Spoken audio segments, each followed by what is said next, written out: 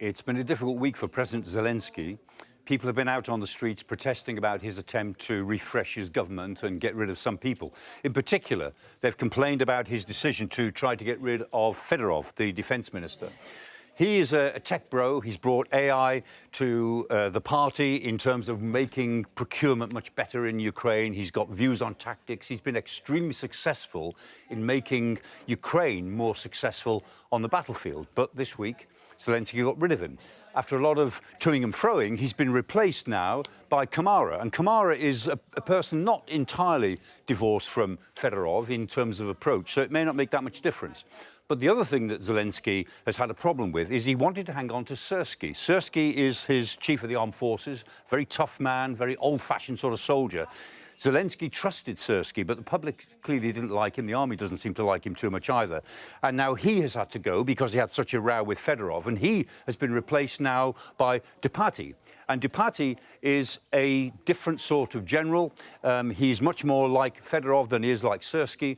And so it may be that there'll be some continuity in this innovative approach that the Ukrainians are taking to the future of the war, because it's actually going reasonably well for them at the moment. On the front lines, the Ukrainians are not losing any more territory. They've got to hold on to the four fortress cities of the Donbass: Sloviansk, Kramatorsk, Druzhkivka, and Kostiantynivka. Now, they're being pressed in Kostiantynivka.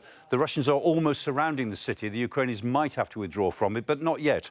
In general, they're holding along the front line. And while they're holding, they're able to produce some real strategic gains, partly out of the sort of things that Fedorov was helping to create.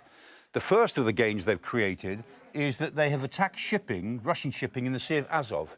In the last month, less than a month, they've attacked more than 120 ships, and they've made maritime passage around the Sea of Azov almost impossible for the Russians. That's been a big strategic win for Ukraine, and that has contributed to the second big win that they've had, which is to insulate Crimea.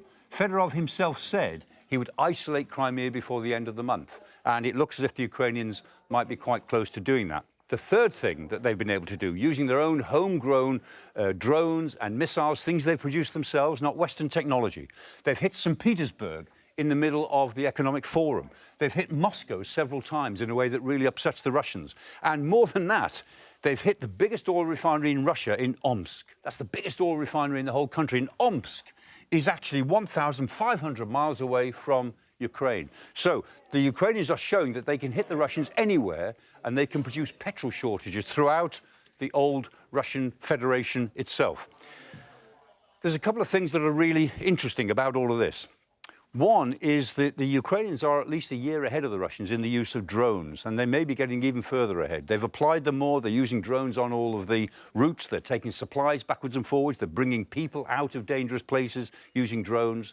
They've been able to substitute drones for people on the front lines to quite a large degree. That is very much to their credit, and we'll see how far they can hold that advantage. The Russians aren't stupid. They'll learn how to do it themselves, but they're not doing it yet. And the second thing, which I think is really important in all of this, is the street protests. The fact is, a year ago, Zelenskyy was trying to close down the operations of the anti-corruption agencies, and people came out on the streets and said no. He had to back away. The anti-corruption agencies are stronger now than ever before, and they're going for people at the top. And so these street protests, a year later, have come out again because they don't like the way in which he was making decisions in relation to direction of the war itself. Whether that's a good thing or not in terms of the war, it shows us something about Ukraine. Ukraine may be very messy, but it is struggling to become less corrupt, to actually make itself into a functioning European democracy. Messy as it is, they seem to be moving very much in the right direction.